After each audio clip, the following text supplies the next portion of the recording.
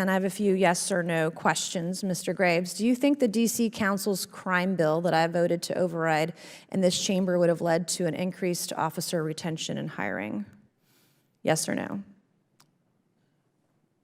Increased officer retention or hiring is the question? Yes. Would it have led to better officer retention and hiring? Yes or no?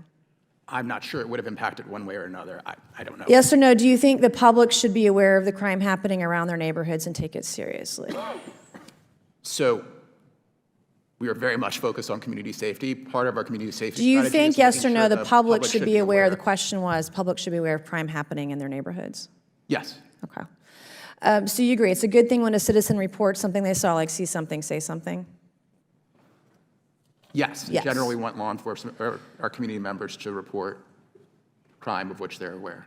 Right. So a couple of days ago at the DC Safety Summit, you said just going out there and kind of fear-mongering and making broad claims that aren't born out of data is not helpful, and I think we unfortunately see that from non-traditional media sometimes.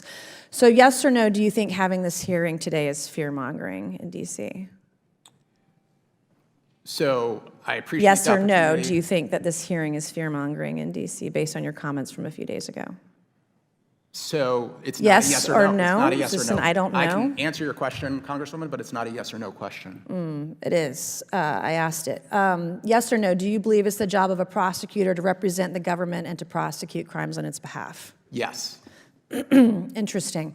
So then why are you bringing only a third of the cases brought to you? Why is the DC Police Chief Conti literally calling bullshit on your excuses for not prosecuting 67% of arrests? Was he fear-mongering?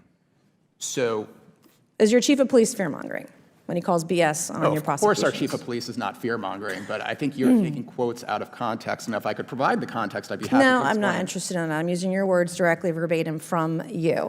Nancy Mace is absolutely right to grill this U.S. attorney because the problem with our justice system, the problem with our court system, it's not those brave men and women that put on the law enforcement officer uniform every day to protect their communities, go out and sacrifice their own lives to do it. No, it is hack elitist lawyers, district attorneys, and judges like this guy who thinks that his you-know-what doesn't stink and doesn't actually give a damn about ensuring law and order or justice in the community in which he's supposed to serve. He cares about pushing a far left-wing agenda that doesn't help anybody. It doesn't help the police, it doesn't help the courts, and it certainly does not help the innocent civilians who live in Washington, D.C., and their lives have been upended by outrageous crime over the past several years. I lived in DC during that infamous summer of love in which hack lawyers like this said there was no problem on the streets. I was there, I saw it. Churches were being burned and looted. Stores were being looted every single day. Things were literally going up in a blaze. The city looked like it had been lit on fire.